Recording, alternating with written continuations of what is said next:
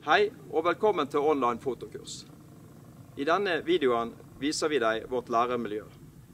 Vi har bygd det uten kompliserte uttrykk og vanskelige manualer.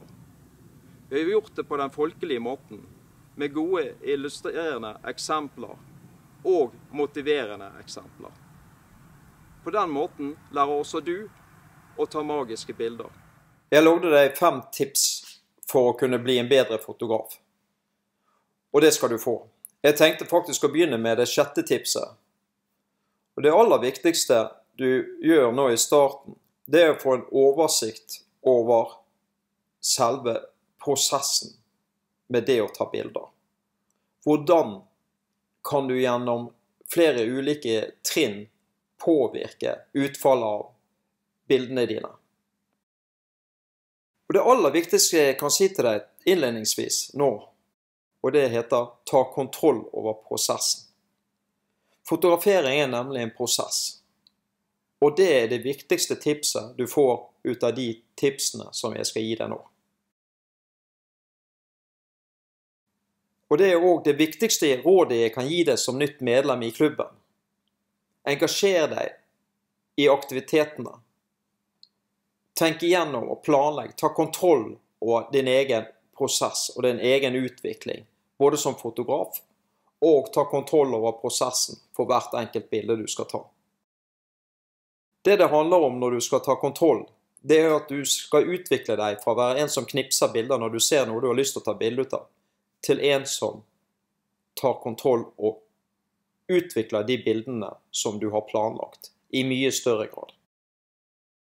La oss se litt på den prosessen du skal ta kontroll på, så knytter vi opp noen viktige tips.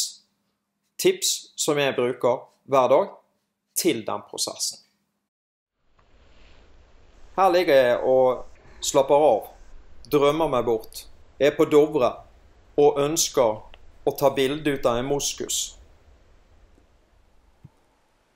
I det den rusler rundt på vei opp mot Snøhetta, da får jeg selve symbolene fra Dovre puttet inn i ett foto. For å ta kontroll på den prosessen, så må jeg starte med å ha en visjon. Det var den jeg nettopp gikk igjennom. Jeg må ha en visjon. Hva er det jeg ønsker å oppnå? Skal jeg ta bilde ut av en moskusokse? Skal jeg ta bilde ut av en moskus? Eller skal jeg ta bilde ut av en moskusokse i sitt rette miljø?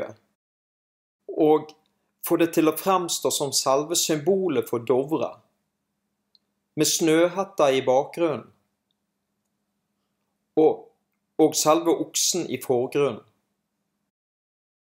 Så det starter med å ta kontroll over prosessen, og prosessen starter ved å ha en visjon.